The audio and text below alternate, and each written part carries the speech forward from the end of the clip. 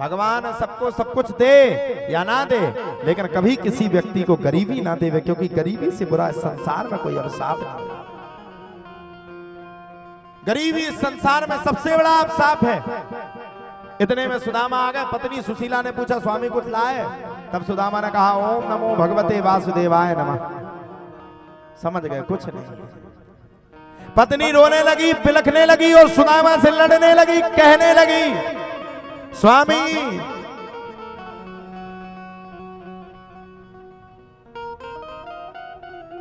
अगर इतना ही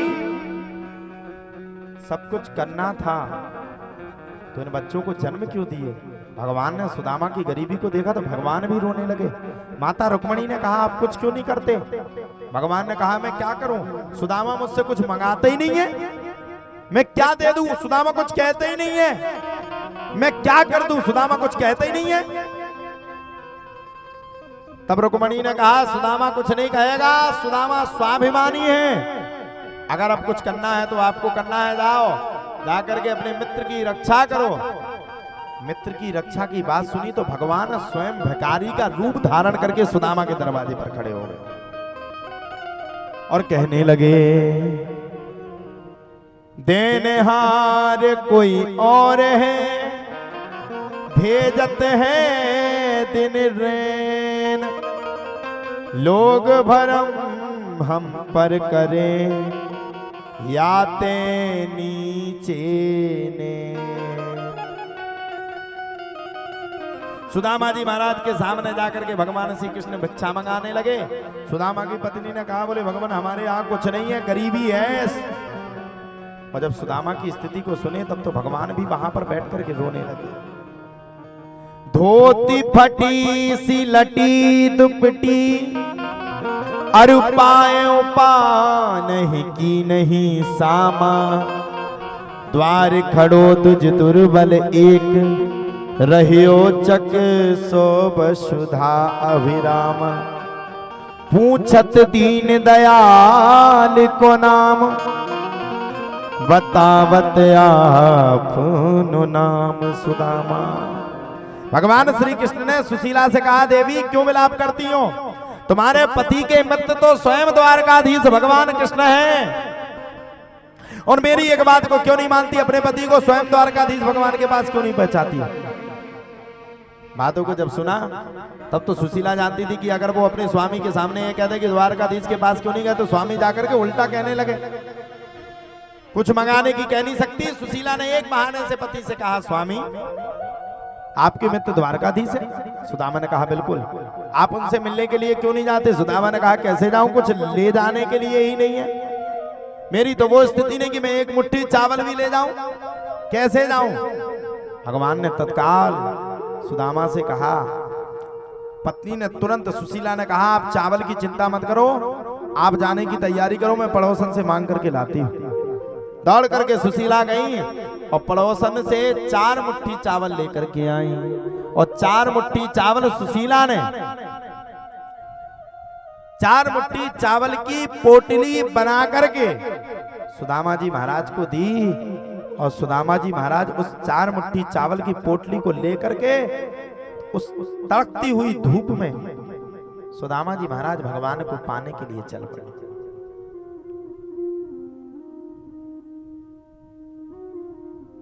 और जब जाने लगे तो कितना चले भाई, द्वारका बहुत दूर थी। चलते चलते चलते चलते कांटे पैर फपक रहे हैं, सुदामा जी चले जा रहे हैं। रात्रि के समय में सुदामा जी महाराज सो गए। भगवान समझ गए मेरा मित्र थक गया है। भगवान ने योग माया की विधि के द्वारा भगवान ने तत्काल सुदामा जी महाराज को द्वारकापुरी में स्थापित किया। और जब भगवान ने योग माया की विधि के द्वारा सुदामा जी महाराज को तत्काल स्थापित किया, तब तो प्यारे कहा जाता है योग माया की विधि के द्वारा सुदामा जी महाराज डायरेक्ट द्वारकापुरी में पहुंच गए। और जैसे ही सुदामा जी महाराज द्वारकापुरी में पहुंचे तो द्वारकापुरी में पहुंच करके सुदामा जी महाराज चारों तरफ देखने लगे। जब सुदामा जी महाराज द्वारकापुरी की चारों तरफ देखने लगे, तब तो प्यारे कहा जाता है चारों तरफ देखने के तत्पश्चात ही एक सांस में सुदामा जी महाराज सुदामा जी महाराज पूछने लगे भैया ये कौन सी पुरी है? सबने कहा भैया ये द्वारकापुरी है। बोले भगवान कृष्ण का महल कहाँ है? तब सबने कहा भैया भगवान श्री कृष्ण का महल तो यही पास में। बोले कितने पास में? बोले यही है। और पास में लेकर के भगवान ने सुदामा को देखा। भगवान ने सुदामा के पगों को धोया और जब देखा कि सुदामा के पैरों से रक्त बह रहा है तो देख सुदामा की दीन दशा करुणा करके करुणानिधि रोए। पानी परात को हाथ छुओ नहीं, नैनन के जल से पग धोए। नैनों के जल से पगों को धो दिया और धो करके बैठ गए। और जब सुदामा जी महाराज की दीन दशा को देख करके सब बैठ गए तब तो प्यारे कहा जाता है सुदामा जी महाराज को भगवान ने बड़े सुंदर वस्त्र पहनाए, स्नान करवाया और स्नान करवा करके सुदामा जी महाराज को सिंहासन पर बैठाला। जब सुदामा जी महाराज को भगवान सिंहासन पर बैठा ले तो सुदामा जी सिंहासन पर बैठने के लिए तैयार नहीं। भगवान ने जबरदस्ती सुदामा को सिंहासन पर बैठाला। आओ मत बैठो सिंहासन पर, तुम्हारा अधिकार है। सुदामा जी महाराज बैठ गए। भगवान ने सुदामा से पूछा मित्र घर पे सब ठीक है? सुदामा जी ने कहा बिल्कुल मित्र सब बढ़िया है। चाहते सुदामा जी महाराज अपनी पूरी दीन दशा बता सकते थे। देख सुदामा की दीन दशा करुणा करके करुणानिधि रोए। पानी परात को हाथ छुओ नहीं, नैनन के जल से पग धोए। सुदामा जी महाराज बड़े भयंकर चिंता में रहे और चिंता में रह करके सुदामा जी महाराज से पूछा सुदामा जी मेरी भाभी ने मेरे लिए कोई संदेश भेजा? तब सुदामा जी ने कहा 1 मास दुई पाख में 2 एकादशी हो, सो प्रभु दीन दयाल जो नित्य प्रतिदीन हो। समझ गए? सुशीला भाभी का संदेश सुनते ही प्रभु के नेत्र सजल हो गए। कुछ पलों के लिए भगवान ने दोनों नेत्र बंद कर लिए। सुदामा जी को लगा कि ये मैंने क्या सुना दिया और क्षण भर में भगवान ने नेत्र बंद करके चमत्कार कर दिया। सुशीला जी को प्रत्युत्तर भिजवा दिया और कहा भाभी से कहना होनी थी सो हो गई, अब ना ऐसी हो। होनी थी सो हो गई, अब ना ऐसी हो। भाभी तेरे भवन में, भाभी तेरे भवन में नित्य द्वादशी हो। कह दिया होनी थी सो हो गई, अब ना ऐसी होए। और भाभी तेरे भवन में नित्य द्वादशी हो। चिंता मत करना, नित्य के लिए व्यवस्था करूंगा। भगवान ने तुरंत विश्वकर्मा भगवान को बुलाया। विश्वकर्मा जी मेरे सुदामा का ऐसा महल बनाना जो मेरी द्वारका से कई गुना सुंदर हो। विश्वकर्मा जी ने आदेश को लेकर के सुशीला के पास पहुंच गए। सुशीला से कहा देवी आदेश करो, मैं महल बनाना चाहता हूं, भगवान ने बुलाया है, पहुंचाया है। सुशीला ने मना कर दिया, बिल्कुल नहीं, मुझे नहीं बनवाना। पूछा क्यों नहीं बनवाना? बोले बिल्कुल नहीं बनवाना, मेरा मन नहीं है। बोले क्यों? बोले अगर बनाना है तो जाओ अपने भगवान से कहो कि मुझसे पहले मेरे पड़ोसियों का भी मुझसे अच्छा महल बनवाए, जिन्होंने मेरे गरीबी के समय में मेरा साथ दिया, जिनके ऐसे विचार हो। भगवान उनके ही घर में आते हैं। अभी आप लोगों के सामने भगवान आ जाए, वो कहे बताओ कहाँ महल बनाना, तुम कहोगे पूरी सोसाइटी करा दो, बस हमारा ही अच्छा बना।